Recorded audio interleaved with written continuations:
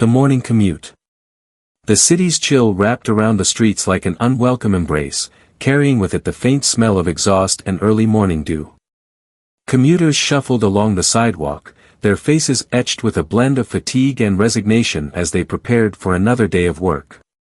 Among them was Marcus Evans, a man who carried himself with quiet dignity, his presence both commanding and understated. At 58, Marcus had seen more of life's harshness than most. A decorated veteran, he had spent decades serving his country, only to return home and face battles of a different kind. Marcus climbed aboard the Route 17 bus, adjusting the strap of his duffel bag as he deposited a handful of coins into the fare box.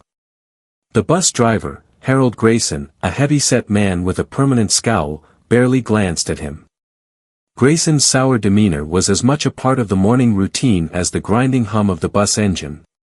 Marcus scanned the bus, his sharp eyes taking in the passengers, an elderly woman clutching a cane, a young mother trying to calm her toddler, a teenager absorbed in her phone. Most seats were already occupied, but a spot near the front was empty. He moved toward it, his footsteps steady despite the jerking motion of the bus. "Not there," Grayson barked, his gruff voice cutting through the quiet murmur of the passengers. "Back of the bus for you." Marcus froze mid-step, turning slowly to face the driver. His expression didn't falter, though a flicker of surprise crossed his face. "Excuse me," he said, his voice calm but firm. "You heard me," Grayson snapped, his knuckles whitening as they gripped the steering wheel. "Seats up front aren't for you. Go to the back." A tense silence fell over the bus. Passengers exchanged uneasy glances, some shifting uncomfortably in their seats. The young mother averted her eyes, her lips pressing into a thin line. An older man buried his face deeper into his newspaper, though it was clear he wasn't reading a word. Marcus straightened his posture, his broad shoulders squaring as he stood his ground. "I paid my fare like everyone else," he said evenly. "I'll sit where I choose." The bus lurched as Grayson slammed on the brakes, sending passengers grabbing for poles and seatbacks to steady themselves. He rose from his seat, his face red with anger, and pointed a finger at Marcus. "You don't make the rules here," he spat. "Either you move, or you're off this bus. Your choice." Marcus didn't flinch. Years of military service had taught him to face down worse than this. He met Grayson's glare with unwavering resolve. "I've spent my life following rules," he said, his voice low but resonant. "But this isn't a rule, it's prejudice." The passengers stirred, their murmurs growing louder. A teenager near the middle of the bus raised her phone, the faint glow of her camera light capturing the unfolding confrontation. Marcus remained poised, his grip on the strap of his duffel bag steady. Grayson, however, was losing control. "I'm calling this in," he growled, snatching up his radio. "Dispatch, this is Route 17. I've got a passenger refusing to comply. Requesting transit security." The tension on the bus thickened, the low hum of the engine filling the strained silence. Marcus stayed where he was, his expression calm but resolute. The passengers exchanged glances, their whispers now tinged with frustration and indignation. "Why is he making such a fuss?" someone muttered. "This is ridiculous," another voice chimed in. A young man near the back of the bus finally spoke up, his tone sharp. "Man, he's just sitting. You're the one holding us up." Grayson whipped around, his glare silencing the young man. "Stay out of it," he barked. But the murmurs only grew louder. Marcus turned to address the passengers, his voice cutting through the noise. "This isn't just about me," he said. "It's about what's right. If we let this kind of thing slide, what does it say about us?" "Spare us the speech," Grayson snarled, slamming the bus doors shut. "You're off this bus the second they get here." A little boy sitting near the front tugged at his mother's sleeve.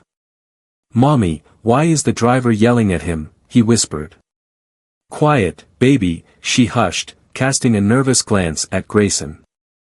Marcus noticed the boy and offered him a small, reassuring smile. Sometimes, he said gently, people don't like being reminded when they're wrong. Grayson's booming voice interrupted the moment. Don't talk to him, he roared. The passengers flinched at his outburst. The teenager with the phone raised her device higher, the red light of recording blinking steadily. You're only making yourself look worse, she said. Grayson ignored her, his hand tightening around the radio as the faint wail of a siren grew louder in the distance.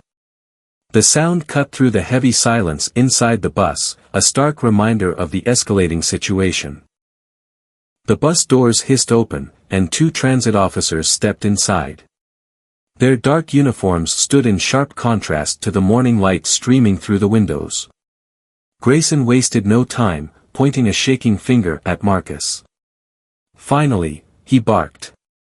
This guy's refusing to comply, holding up the route, causing a scene.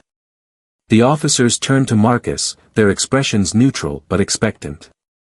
Marcus met their gaze, his own steady and unyielding. I paid my fare, he said simply. I have every right to sit where I choose. Before the officers could respond, the teenager with the phone spoke up. I've got it all on video, she said, her voice loud enough to carry through the bus. He's done nothing wrong. The murmurs among the passengers turned into a chorus of agreement. Yeah, leave him alone, someone shouted. This is about more than just a seat, another voice added. It's about respect. The officers hesitated, clearly taken aback by the growing solidarity among the passengers. Grayson, however, was undeterred. Are you all blind? He spat. He's disrupting the entire route. No, the young man from the back of the bus retorted. You are. The tension in the air was almost palpable as the passengers began to rise, literally and figuratively. One by one, they stood, their collective stance a silent but powerful message. Marcus watched, a flicker of surprise and gratitude crossing his face. This isn't just his fight, the young woman with the toddler said, her voice steady despite the tremor in her hands. It's all of ours. Grayson's face turned an alarming shade of red as he realized the tide had turned against him. The officers exchanged uncertain glances, clearly unsure how to proceed. For the first time since the confrontation began, Marcus allowed himself a small, satisfied smile. He turned to the officers, his voice calm but resolute. Now, he said, are you here to enforce the rules, or to uphold justice? The rising tide. The atmosphere inside the bus was electric, charged with a mix of tension and defiance. The passengers had made their stance clear, each rising from their seats in solidarity with Marcus. Harold Grayson, the driver, remained rooted to his spot near the front, his face contorted with anger and disbelief. Outside, the wail of sirens grew louder, their approach a grim reminder that the confrontation was far from over. Marcus stood at the center of it all, his calm demeanor a stark contrast to the chaos around him. His broad shoulders were squared, his stance firm as he met the gaze of the transit officers. They were younger than him, likely in their early 30s, their expressions a mix of uncertainty and discomfort. The older of the two stepped forward, his badge gleaming under the pale morning light filtering through the bus windows. Sir, the officer began, his tone measured, we need to resolve this peacefully. Please step off the bus so we can discuss the situation. Marcus didn't budge. I'm not leaving, he said firmly. His voice carried a quiet authority that demanded respect. I've done nothing wrong. I paid my fare like everyone else. I have the right to sit wherever I choose. The officer hesitated, clearly unprepared for such unwavering defiance. His partner glanced around the bus, taking in the standing passengers and their collective expressions of outrage. The younger officer shifted uneasily, his hand hovering near his radio. Grayson, meanwhile, was seething. Are you just going to stand there? He barked at the officers. Do your job and get him off my bus. The older officer turned to Grayson, his jaw tightening. Driver, he said sharply, calm down. Let us handle this. Grayson threw up his hands, pacing back and forth near his seat. "This is ridiculous," he muttered, his voice loud enough for everyone to hear. "I've been driving this route for 15 years, and I've never had to deal with this kind of insubordination." "Insubordination?" a voice called out from the back. It was the teenager with the phone, her camera still recording. "He's not your soldier. He's a paying passenger. You're the one out of line." A ripple of agreement swept through the bus, passengers nodding and murmuring their support. Marcus glanced around, his chest tightening at the sight of their solidarity. For years, he had fought battles alone, both on the battlefield and back home. To see strangers standing with him now, it was a feeling he hadn't expected, one he wasn't sure how to process. The young mother with the toddler stepped forward, her voice trembling but determined. "This man served our country," she said, her eyes locking onto the officers. "He fought for our freedom. And now he's being treated like this. It's unacceptable." Her words hung in the air, heavy with emotion. The officers exchanged uneasy glances, clearly struggling to navigate the volatile situation. The younger officer spoke up, his tone more conciliatory. "Look, everyone," he said, "we understand your frustration. But we need to de-escalate this.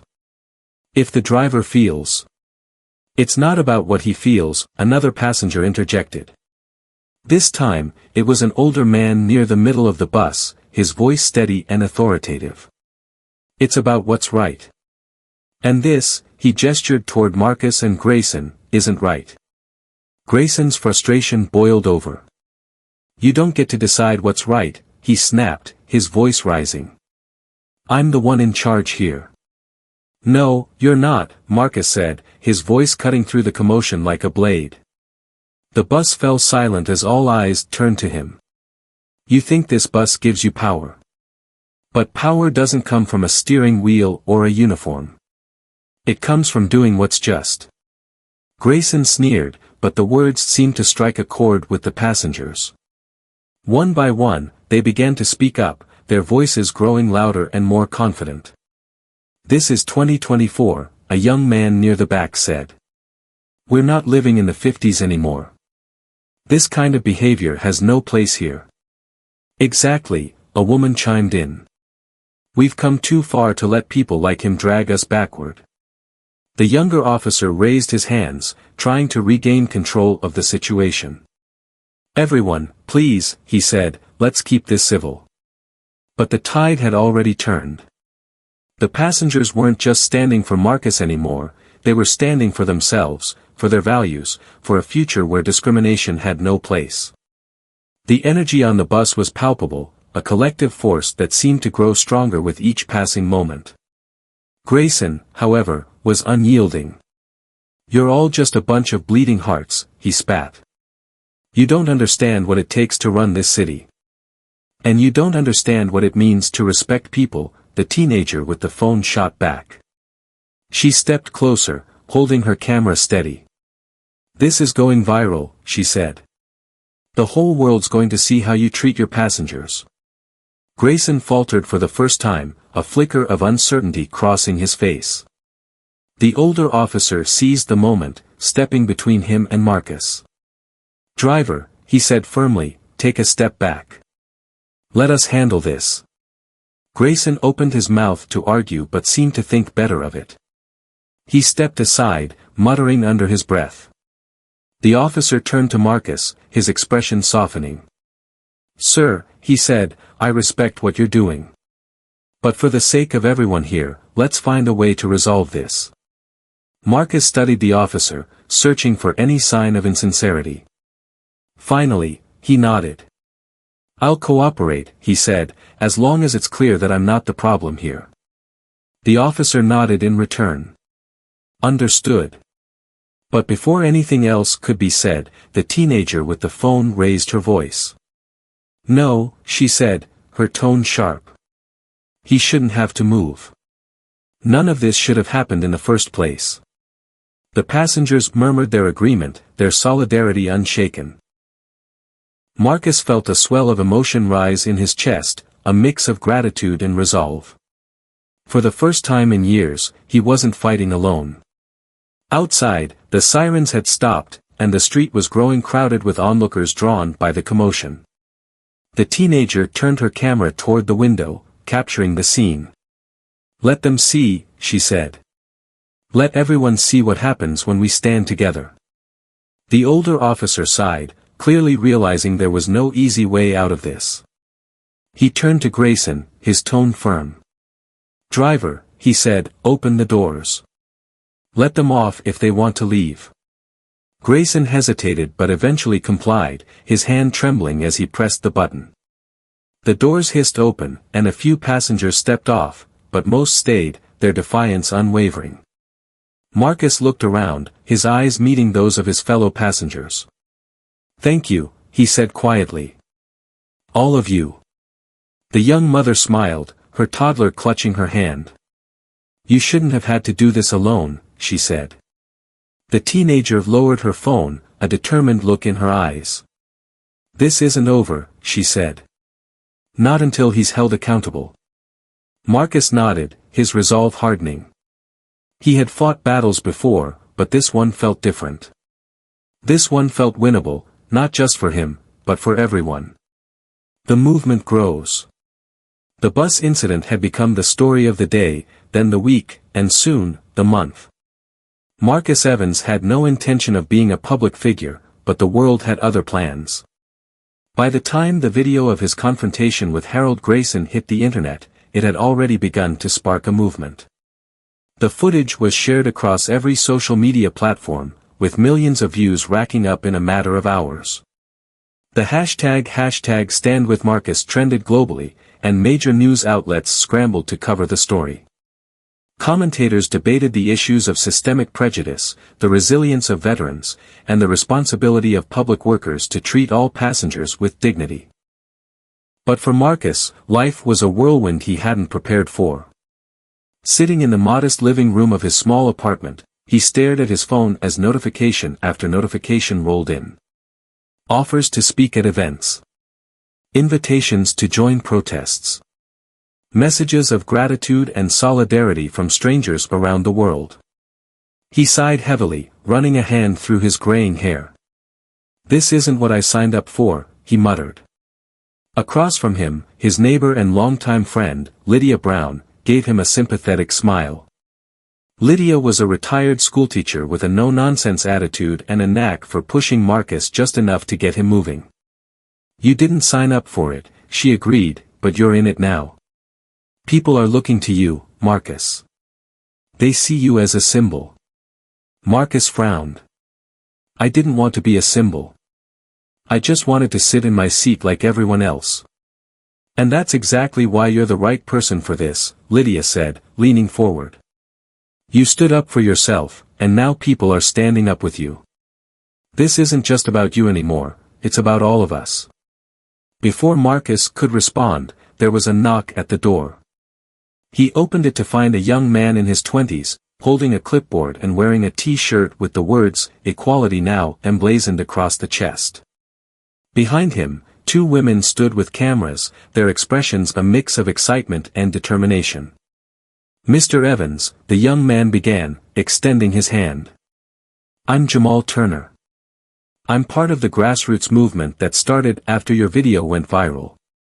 We're organizing a rally downtown tomorrow, and we'd be honored if you'd speak." Marcus hesitated, his hand still gripping the doorknob. "I'm not much of a speaker," he said. "You don't have to be," Jamal said earnestly. "Just tell your story. People need to hear it from you." Lydia appeared behind Marcus, her arms crossed. "He'll be there," she said firmly, cutting off any protest Marcus might have made. "Now go on and get him all the details." Marcus shot her a look, but she just smiled sweetly, clearly unrepentant. "You'll thank me later," she said once the group had left. The next day, Marcus found himself standing on the steps of City Hall, looking out over a sea of people. The crowd was larger than he'd expected, stretching down the street and spilling into nearby parks. Signs bobbed above the throng, bearing messages like, "Equality for all," "Justice for Marcus," and "End Racism Now." Jamal handed him a microphone, his expression encouraging. "Just speak from the heart," he said. Marcus took a deep breath, the weight of the moment pressing down on him. He scanned the crowd, taking in the hopeful faces turned toward him. For a moment, he was back on the bus, standing firm against Grayson's prejudice. But now, he wasn't alone. "Good afternoon," he began, his deep voice carrying over the murmuring crowd. "I want to start by thanking all of you for being here. I never expected any of this to happen. All I wanted was to ride the bus in peace, like anyone else." A ripple of agreement passed through the crowd, and Marcus continued. "I've spent my life following rules, serving my country, and doing what I thought was right. But when I came home, I realized that some battles don't end on the battlefield. Some battles follow you home, into your everyday life. That's the battle I found myself in on that bus." He paused, his gaze sweeping across the audience. "But what I've learned over the past few weeks is that I'm not fighting alone. Each of you standing here today proves that. You've shown me that there's strength in numbers, that together, we can stand against injustice." The crowd erupted into cheers, and Marcus felt a flicker of hope take root in his chest. For so long, he'd carried the weight of his struggles alone. Now, he realized, he didn't have to. The rally continued for hours, with speakers from all walks of life sharing their stories and calling for change.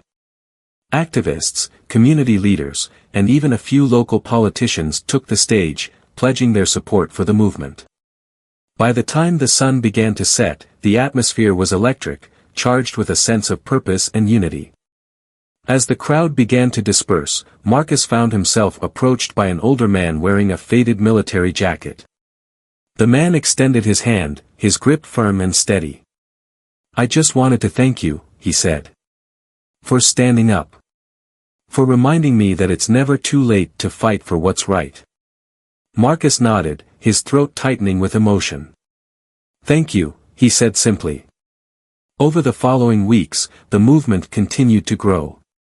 Rallies were held in cities across the country, each one drawing larger crowds than the last.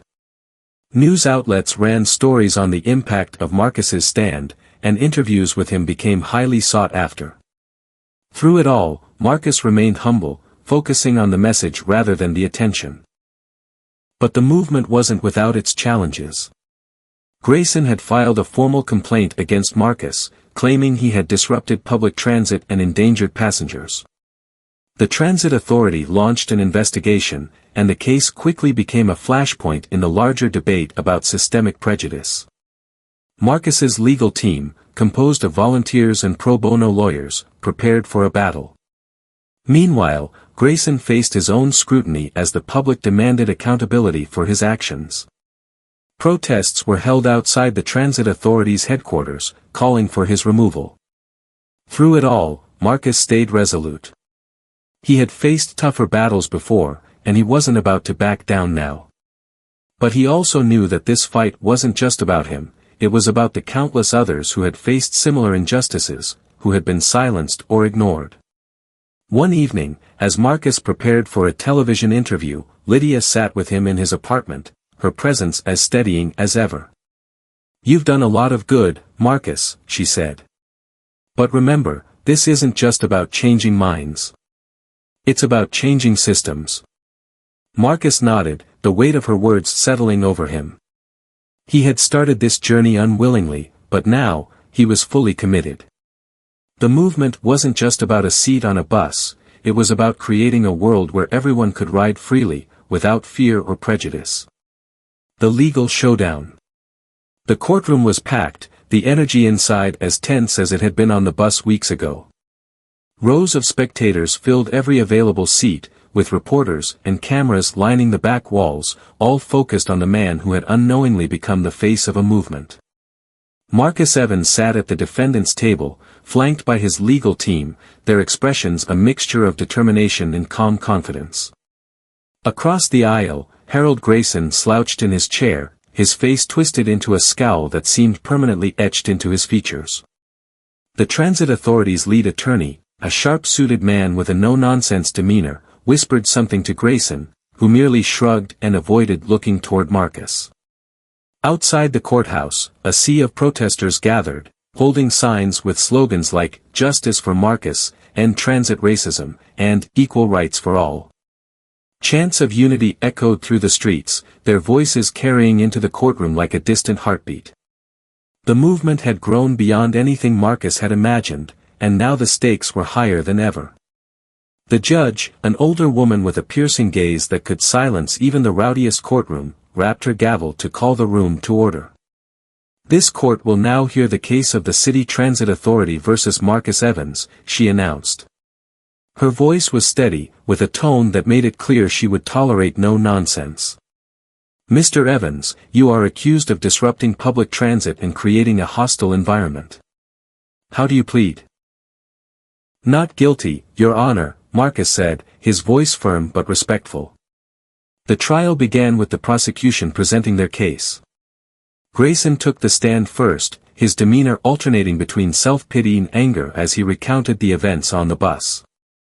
He painted himself as a man simply trying to do his job, framed as a victim of Marcus's defiance. His words were calculated, but his hostility toward Marcus was clear to everyone in the room. "He refused to follow my instructions," Grayson said, his voice tinged with indignation. "I've been driving buses for over 15 years, and I've never dealt with such blatant disrespect." The prosecution leaned into Grayson's narrative, framing Marcus as a disruptive force who endangered the safety of other passengers. They argued that his refusal to move to the back of the bus had caused unnecessary delays and chaos. But Marcus's legal team was prepared. When it was their turn to cross-examine Grayson, they wasted no time dismantling his claims. Jessica Morales, the lead defense attorney, approached the witness stand with a calm yet commanding presence. "Mr. Grayson," she began, her voice measured, "you've stated that you've been driving buses for over 15 years. Is that correct?" "Yes," Grayson replied, his tone wary. "And in that time, have you ever asked any other passengers to move to the back of the bus based on their race?" Grayson hesitated, his eyes darting toward the prosecution's table. I don't see race," he said finally, his voice defensive. "I treat all my passengers the same." Jessica raised an eyebrow, her expression skeptical. "Is that so? Then why did several passengers on the bus that day record video evidence of you specifically targeting Mr. Evans with racial slurs and demanding he move to the back?" Grayson's face turned an alarming shade of red. "Those videos are taken out of context," he stammered. Jessica didn't let up. "Out of context, you say? Let's review them." She gestured to the courtroom screen, where the videos captured by passengers played for all to see. Grayson's voice echoed through the room, his words dripping with prejudice as he berated Marcus. The murmurs in the courtroom grew louder, the atmosphere thick with disapproval. Jessica turned back to Grayson. "Do you still maintain that your actions were not racially motivated?" Grayson squirmed in his seat, his earlier bravado evaporating under the weight of the evidence. I was just trying to maintain order," he muttered. "Order?" Jessica repeated, her voice rising slightly. "By targeting a decorated veteran who paid his fare and simply wanted to sit where he was entitled to sit?" The prosecution objected, but the damage was done. Grayson's credibility was crumbling before their eyes, and the defense pressed on. Over the next several hours, Jessica and her team called witnesses who had been on the bus that day, each of them recounting the incident with clarity and conviction. The teenager who had filmed the confrontation testified about the driver's aggression and Marcus's calm demeanor. The young mother with the toddler spoke about how Marcus had inspired her to stand up for what was right. When Marcus finally took the stand, the courtroom fell silent. He adjusted his suit jacket, his broad shoulders straight as he faced the judge and jury. "I've spent my entire life following rules," he began, his voice steady. "In the military, I learned the importance of discipline, respect, and service to others. But I also learned to stand against injustice when I see it." He paused, his gaze sweeping across the room. That day on the bus wasn't just about me. It was about a system that allows people like Mr. Grayson to wield power unfairly. I refused to move because I knew that giving in wouldn't just mean losing a seat, it would mean losing my dignity. And I wasn't willing to do that. The jury watched him intently, their expressions a mix of respect and admiration. Marcus continued, recounting his military service and the struggles he faced upon returning home. He spoke about the discrimination he had endured and the resilience it had taken to overcome it. I didn't ask for this fight, he said, his voice thick with emotion. But now that I'm in it, I won't back down, not for myself, and not for the people who've stood with me. When he finished, the courtroom erupted into applause, despite the judge's efforts to maintain order. Marcus stepped down from the stand, his heart pounding but his resolve stronger than ever. As the trial progressed, the defense continued to build their case, highlighting the systemic issues that had allowed Grayson's behavior to go unchecked. They presented evidence of prior complaints against him, showing a pattern of discriminatory actions that the transit authority had failed to address. Outside the courtroom, the movement showed no signs of slowing down. Protests and rallies continued, drawing national attention and sparking conversations about racial inequality and public accountability. People from all walks of life shared their stories, inspired by Marcus's courage and the solidarity of the passengers who had stood with him. The trial's closing arguments were as powerful as they were poignant. Jessica Morales stood before the jury, her voice unwavering as she delivered her final plea. "This case isn't just about a single incident on a bus," she said. "It's about the kind of society we want to live in. A society where everyone is treated with dignity and respect, regardless of the color of their skin. A society where no one has to fight alone." The jury deliberated for hours, the weight of their decision evident in their somber expressions. When they finally returned, the courtroom held its collective breath as the foreperson stood to deliver the verdict. "We, the jury, find the defendant, Marcus Evans, not guilty." The room erupted into cheers and applause, the sound echoing through the courthouse. Marcus felt a wave of relief wash over him, his shoulders sagging as the tension finally released. He turned to Jessica, who offered him a triumphant smile. As Marcus stepped outside, the cheers of the crowd greeted him like a roar of thunder.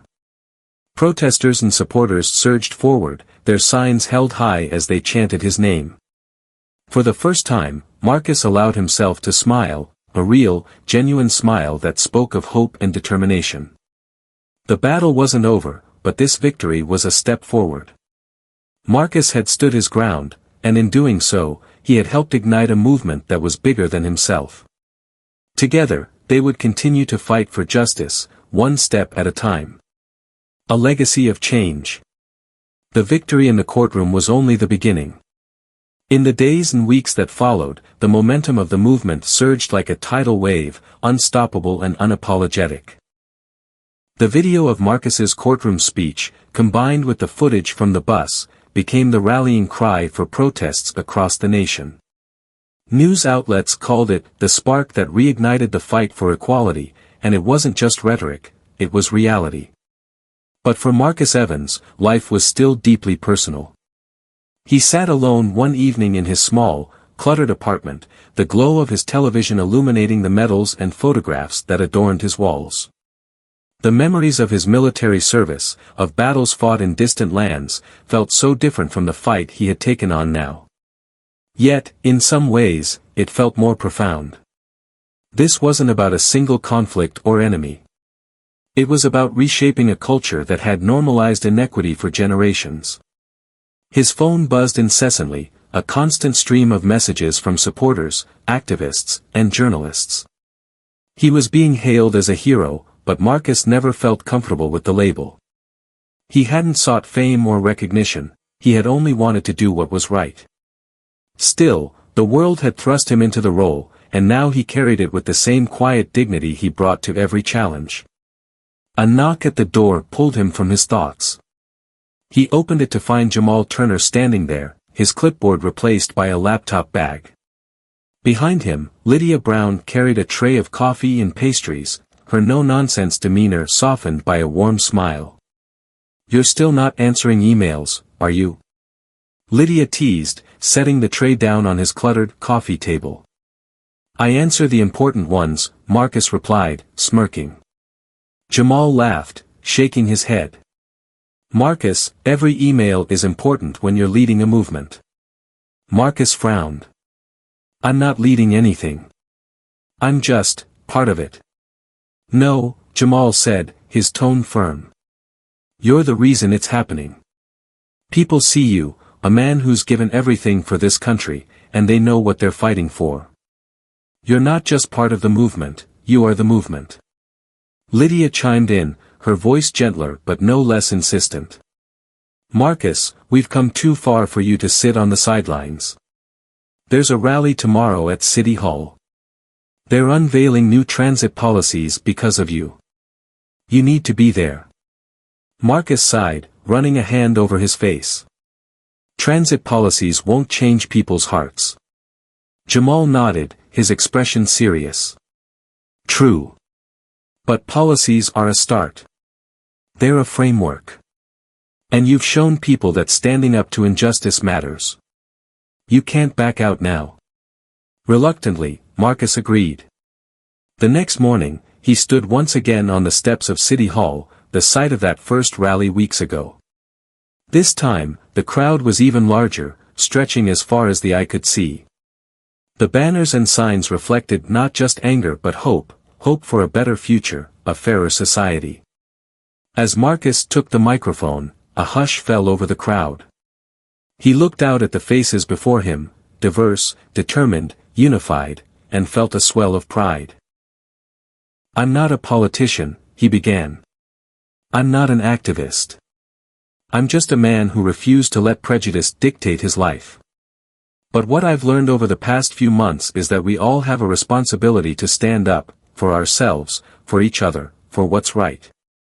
He paused, his voice steady despite the emotions surging within him. Change doesn't come easy. It takes courage. It takes resilience. And it takes all of us working together, refusing to back down, no matter how hard the fight gets. The crowd erupted into cheers, their voices merging into a single, powerful roar. Marcus raised his hand, calling for quiet. This movement isn't about me. It's about every person who's ever been told they don't belong. It's about every child who deserves a future free from discrimination. And it's about building a society where dignity and respect aren't privileges, they're rights. As Marcus stepped back, the mayor took the stage, announcing the implementation of new anti-discrimination policies for the city's transit system. Grayson had been fired, and the transit authority had pledged to retrain all its employees on equity and inclusion. But Marcus knew these were just first steps. The real work was only beginning. The weeks turned into months, and the movement grew.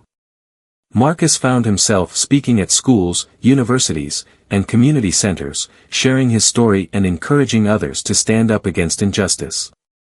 His humility and authenticity resonated with people from all walks of life, and he became a unifying figure in a deeply divided time. One day, he received an invitation to speak at a national civil rights conference. Marcus hesitated, unsure if he was ready for such a large platform. But Lydia and Jamal wouldn't let him say no. The conference was held in Washington, D.C., in a grand hall that had hosted countless historic moments. As Marcus stepped onto the stage, the weight of history pressed down on him. He thought of the sacrifices of those who had come before him, of the battles they had fought and the progress they had made. He thought of the passengers on the bus who had stood with him that day, and of the countless others who had joined the movement since. I stand here today, he began, not as a hero, but as a reminder. A reminder that change is possible when ordinary people refuse to accept the status quo. A reminder that every voice matters, and that together, we are stronger than the forces that seek to divide us. He looked out at the audience, his voice growing stronger. This isn't just my fight. It's our fight. And it's a fight worth winning, not just for ourselves, but for the generations to come. The standing ovation that followed lasted several minutes, but Marcus barely heard it. His thoughts were already on the future, on the work that still needed to be done. Back in his apartment that evening, Marcus sat with Lydia and Jamal, reflecting on the journey they had taken together. "You know," he said, a small smile tugging at his lips, "I never wanted to be in the spotlight. But I'm glad I didn't back down that day on the bus." Lydia patted his hand. "Because of you, Marcus, people believe they can make a difference." Jamal nodded. "And they can. Thanks to you." As the three of them sat together, the city outside buzzed with life, its streets filled with the echoes of change. Marcus knew the fight wasn't over. There would always be new challenges, new injustices to confront.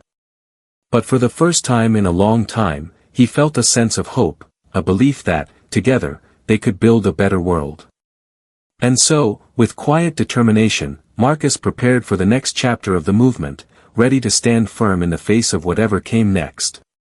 Because sometimes, the greatest battles aren't fought on distant battlefields, they're fought at home, on buses, in courtrooms, and in the hearts of people willing to fight for what's right.